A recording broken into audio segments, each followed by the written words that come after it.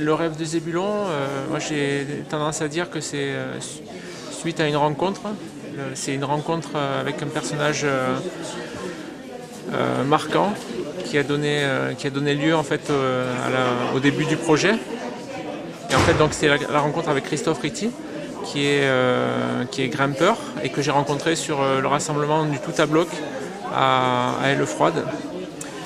Et voilà, il est de ces personnages qui entraînent avec lui dans ses aventures. Et donc à l'époque, il avait ce projet de faire un voyage en autonomie totale avec son fauteuil roulant électrique.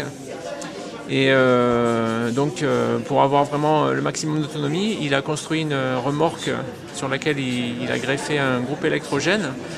Et ce qui lui a permis en fait de partir sur la route avec une totale liberté. Voilà, donc cette rencontre elle date de 2005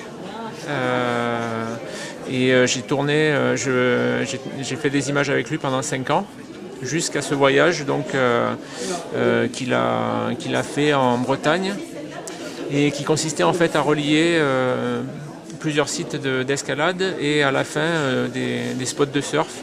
Il était dans sa passion, quoi, donc l'escalade, le surf, et puis être sur la route en toute liberté. Pour une personne handicapée, c'est royal, quoi. De manière générale, voilà, c'est un film où j'ai récupéré tout un tas d'images d'archives et il a fallu faire un montage avec ça, monter un truc qui ressemble à quelque chose, raconter l'histoire du projet, plus déborder un peu aussi sur la présentation du personnage qui est marquant et que je voulais absolument faire ressortir dans le film. Donc le film c'était raconter ce projet, ça c'était ce qu'on avait convenu avec Christophe, mais pour moi c'était aussi faire partager la rencontre que j'avais vécue et surtout l'émotion de la rencontre avec Christophe qui avait été très forte dès le premier contact. Et voilà, donc j'ai essayé de faire transparaître ça dans le film. Donc voilà, comme d'habitude, il y avait beaucoup de choses à mettre dans le film. Il a fallu composer pour que ça soit pas trop lourd et que ça reste un film agréable à regarder, quoi. Alors tu étais venu il y a 3 ans déjà?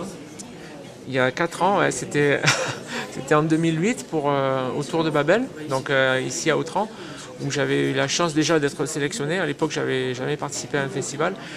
Donc déjà, j'étais content d'être sélectionné et j'avais eu la chance d'avoir le prix de la première réalisation. Donc ça c'était super, ça m'a donné confiance et puis on a gardé un bon contact avec l'organisation du festival. Moi, je m'étais éclaté là pendant ces quelques jours. Et puis en plus, j'ai une affection particulière pour Autran, dans la mesure où j'ai passé mes premières vacances d'enfant en famille à Autran. Donc voilà, ça me faisait plaisir de revenir à Autran en plus, quoi.